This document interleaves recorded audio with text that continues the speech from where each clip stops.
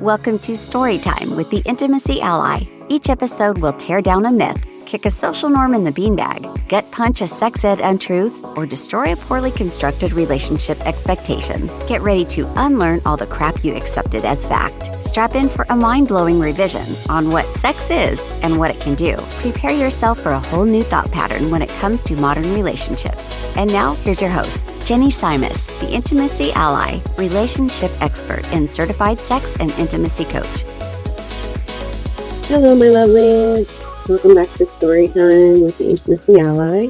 It's me, Jenny Simus, the Intimacy Ally. And I gotta say, I'm sorry. I had to take a couple weeks off there. Life happened. Life happened pretty intensely. I needed a little bit more time to get through the last few assignments this term. Made it through. And now I'm back. I'm back. And we are going to be talking about manifesting my mate. This is the first week of Making Online Dating Magical, Tiger's Tribe 1. And it was a bit of an introduction to me and how I got into the work of being a sex coach and then pursuing the relationship and dating side of things, while also staying in the very kinky side of things. So as a little mea culpa for being MIA for a couple of weeks, I also will have a bonus episode coming out this weekend. It will be volume 1 of my Kinksplain, not Kinkshame episodes. So if you want to know more about all the wondrous things I get to know about as a Sexual Health Alliance certified sex coach, well, you'll want to tune in for those. So, back to what's going on here. I went and picked up my marriage license this week. It's been a long time coming. You got to use it within 6 months. So it's going to have to happen at some point soon, or we'll have to pay again, and that just seems silly.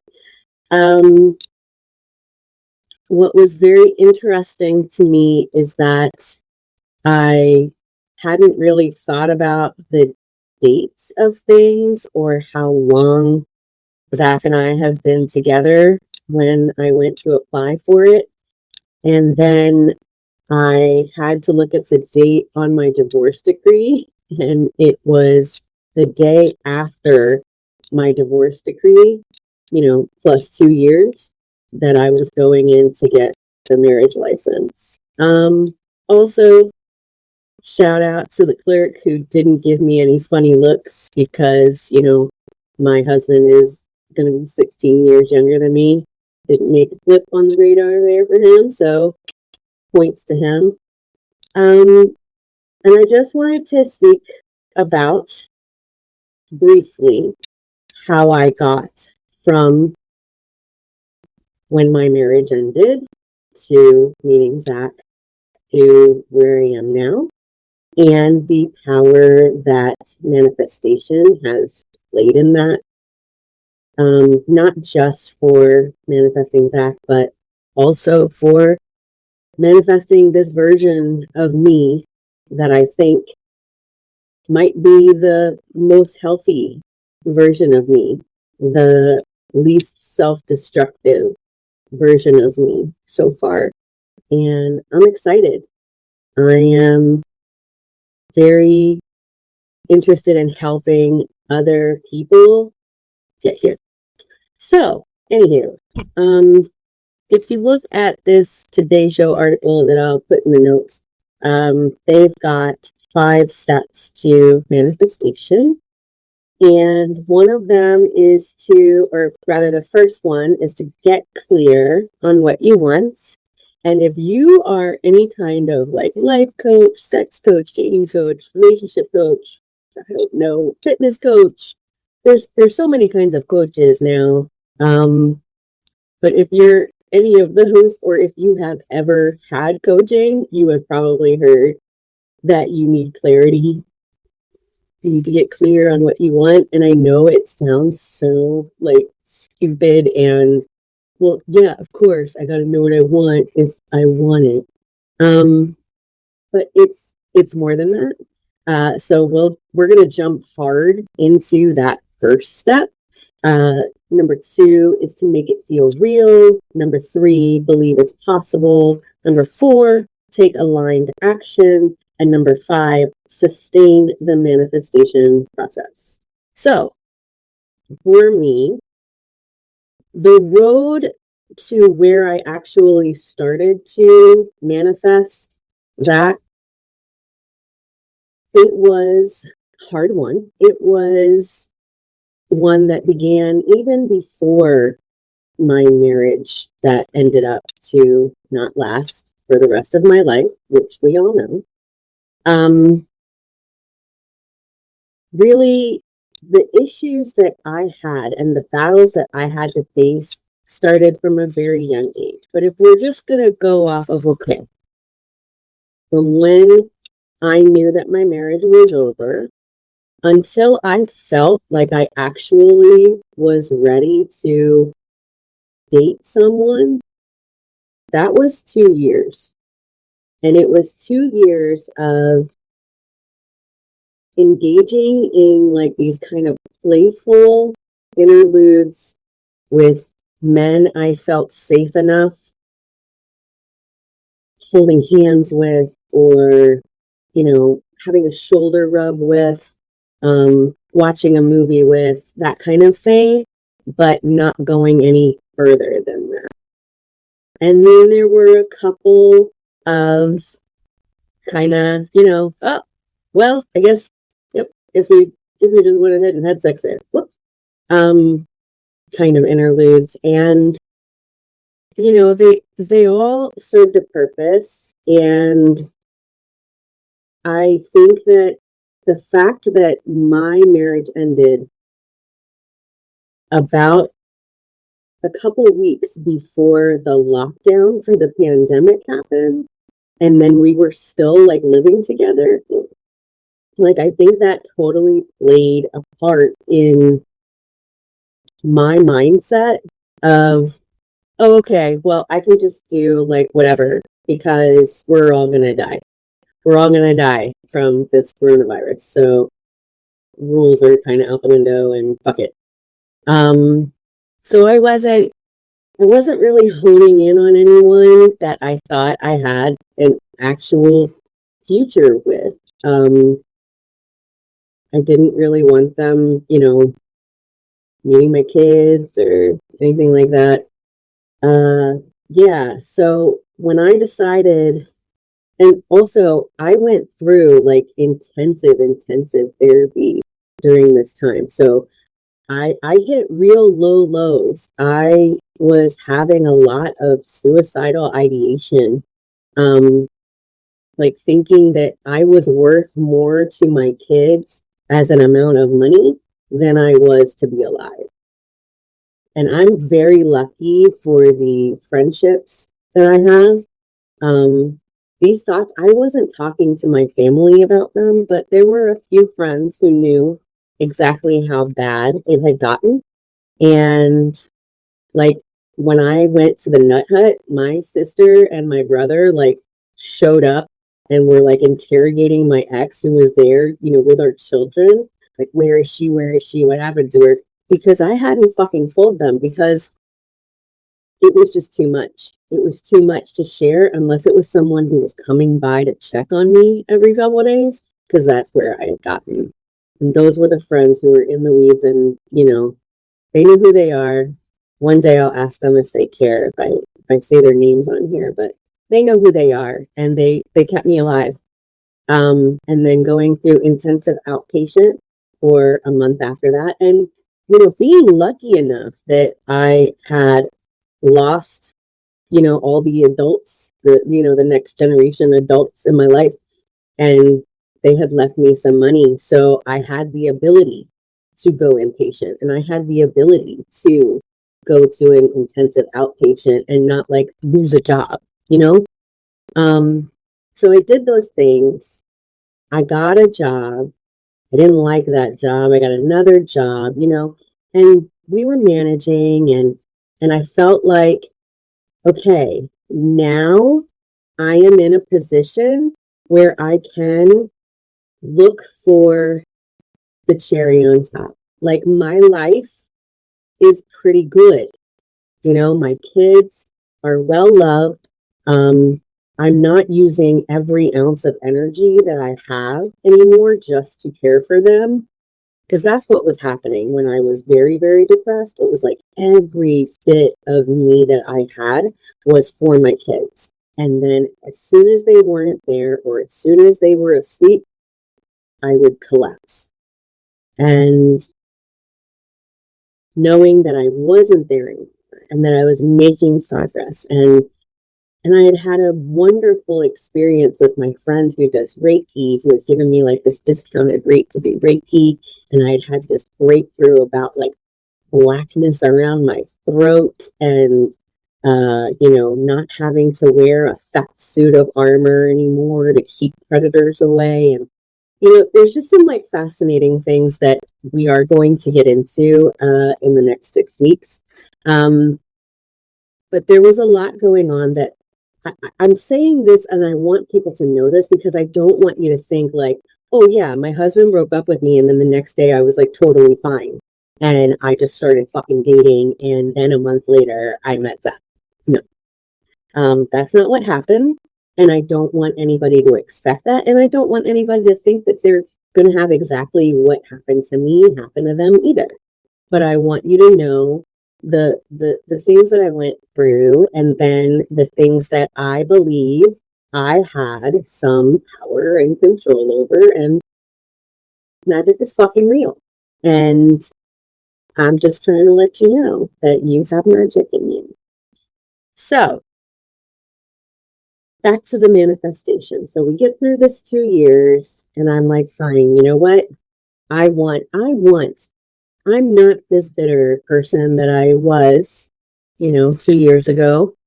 I don't believe that just because my marriage didn't last, I'll never have a relationship again, or that there's no point in finding a relationship again. Because there was a point where I did believe that. And I just didn't anymore. And I didn't want to date people who I was friends with because, well, my husband and I had been friends before we dated, and I just didn't feel like going down that road again. And honestly, most of my friends were, paired off or, in their own polycules or whatever. And it just, nothing was going to happen. So I ended up on the Hinge app, I think around Christmas of 2020. And then by the end of January of 2022, I was ready to throw in the towel. I just was so over being fetishized for being a short, fat mom who, she probably has low self-esteem. Let me see if I can get away with some shit with her.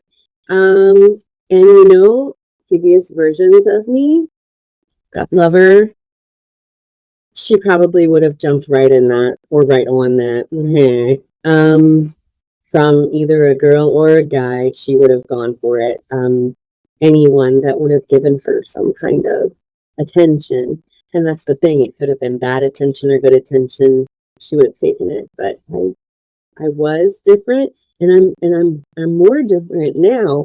It's weird how getting those, essential needs at the bottom of Maslow's hierarchy getting them met can just change a whole lot in your world.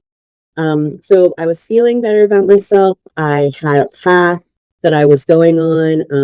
I had the day job that was working with people with special needs. And then I had my SHA education that I had just started looking into but was very hopeful that it would turn into something wonderful.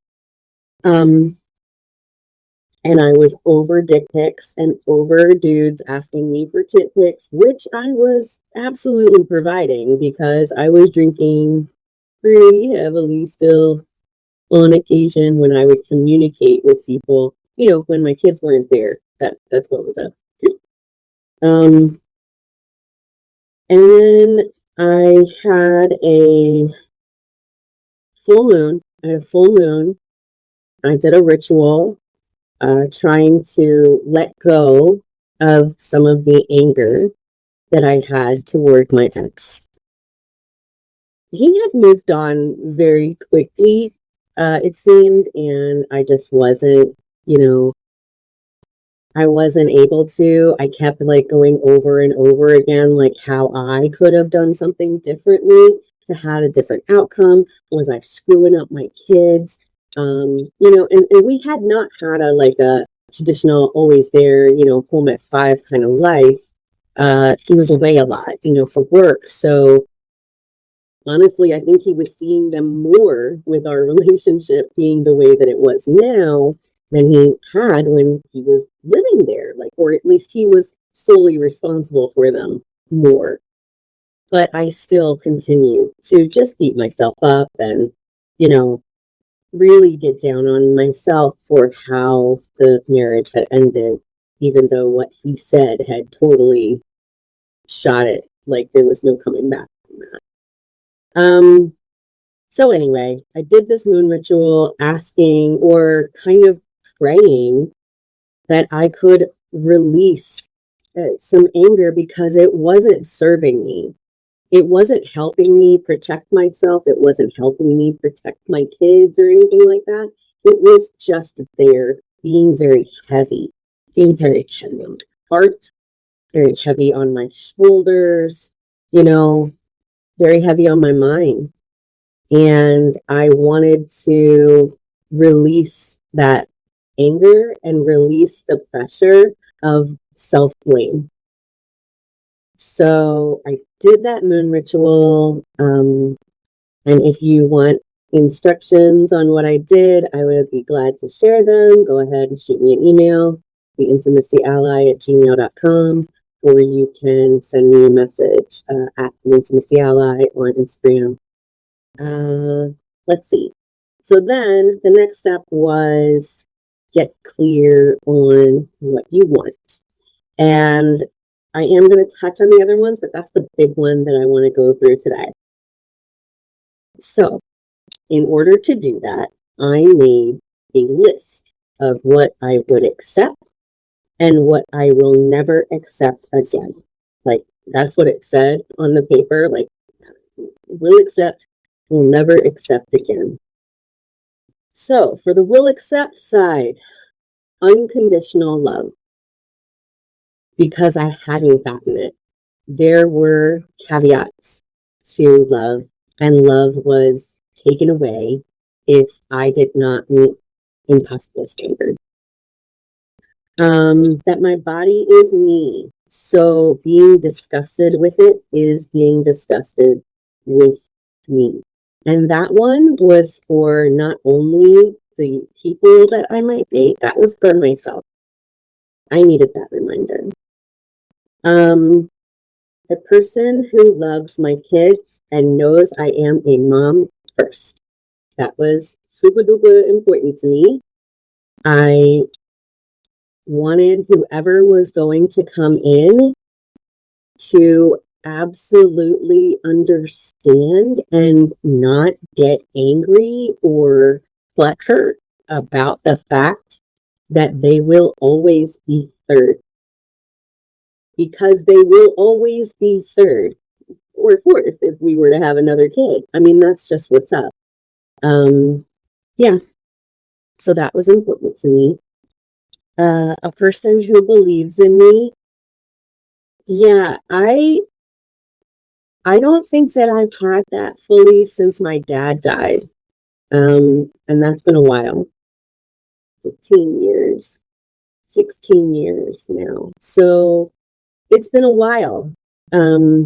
well, okay, maybe friends, maybe a relative here and there, maybe my oldest sister. But I think everyone else just kind of, it was not the same as having someone who truly, truly just believes that you have limitless potential and you can do these hard things. You just need to focus. And I needed that. And I hadn't had it for a while, so I put it on the fucking list. Um, the person who is truly kind to animals. I know that is like the weirdest fucking sentence ever, but I wanted to make sure it wasn't just like for show and then they talk shit about animals when they're not around. So yeah, a person who can protect me because people had definitely taken advantage of me, and I did experience some learned helplessness, and I never want to be a victim or a survivor of another situation again. And I know that it can't all be me. I need someone there with me who is going to help and want to defend me. And I want to be able to do the same for them. So yeah, that's somebody who can protect me. A person who does not delight in drama. Yeah, I had enough. I know that if any of my friends from my like teens or 20s are listening to this, they're like, what? Possibly even my 30s. They're probably like, Jenny's the most dramatic motherfucker I ever met. Yeah, but I had no desire to know anyone else's business anymore. And I just wanted someone to be quiet with. Someone who would come home and talk to me about regular stuff and not talk shit about every single person that they interacted with that day. A person who will not desert me if I get dementia. So, my mom passed away from Alzheimer's, and it was horrible. Losing her twice is what it basically was. Like, maybe 3 times, because she became another person and then she became a shell of a person and then she died. And in between all of that, when a person has dementia, when a person has Alzheimer's, they forget things that have not been there very long. Like, it took her a long time. I don't know if she ever forgot me. I feel like she still knew me, but she also might have thought I was her sister. But she forgot my husband. She looked at him like terrified, like, who is that? She couldn't speak by that point, but she just looked at him like, who the fuck are you and why are you in my room? And when we talked about this, he was like, I said, if I get like her, you're still going to come see me. And he was like, no, not if it upsets you. Just so easily. He's very logical, and I get that now. And like, it's part of why we didn't work out, right? Very different thinking, very different value system. I was so angry. I was like, no, motherfucker, like, you're supposed to be like the Notebook. No. And sorry, spoiler alert. I will put in the show notes, there's a spoiler alert and at what time it is. So having heard that, it was important to me that the next person I allow into my heart would not think that. A person who thinks I'm sexy as food. Yes, that was important because I like it. I want it. I want to have it around. I want to do it until, like, we're just like physically unable. And then I want to figure out what devices we're going to use to do it. Because I think that it is one of those things that you just need to. Someone who reminds me of my dad and how he treated my mom. And someone who makes Christmas good again, because my mom died on Christmas Day. Now, the things that I will never accept again are a little more, intuitive, or you'll be able to understand them better. So I'm probably not going to break them down too hard. So the things I will never accept again, someone who is mean to me, even if they're just kidding. God, I fucking hate that shit. Someone who is threatening. Someone who, and for the record, like, this is from, like, dating, whatever. Like, it's not all, like, my husband, so, like, don't draw conclusions here. Or my ex-husband, so don't draw the conclusion. Someone who breaks their neck looking at every woman on the street. All right, that was him. Someone who thinks monogamy is the be-all and end-all, because I fucking don't, and I don't know if ethical non-monogamy will eventually be what's up. Someone who manipulates me, someone who gets off on my pain or humiliation, someone who wants to be the smartest person in the room. Now, what I mean by that is, I just have this notion that you should never strive to be the smartest person in the room. So if you're the smartest person in the room, what are you left with? You should always be questioning. You should always be wondering. You should always be wanting to know more. And yeah, it's a thing. It's a thing. And the last one was someone who hurts me intentionally. So I had my list. I kept it. I read it. I made it feel real. I did believe it was possible. And then the aligned action that I took was changing my fucking settings on Hinge to narrow down the age range and to adjust a few things and change some of my responses to prompts and some of my pictures. And then this guy popped up. And he had already popped up once, but I had swiped past him because he, in his main picture, was on top of a mountain, and hiking was this horrible fucking memory for me from my marriage, with my ex like barking at me like, keep up, God, why are you so slow? Da, da, da, da. I'm like, I'm short, I'm fucking disabled, like I have a drop foot and a bent fucking leg from a surgery when I was a kid, like, and I'm fat and I'm 4'10", like, get fucking bent, man. Anyway, so seeing him on top of a mountain, I didn't care how cute he was. I was like, no, fuck that. I'm not hiking. I'm not gonna hike ever again. But he popped up again, and then he sent me like a like to something I said, and I messaged him, and then talking with him, I found out that he was a mechanic.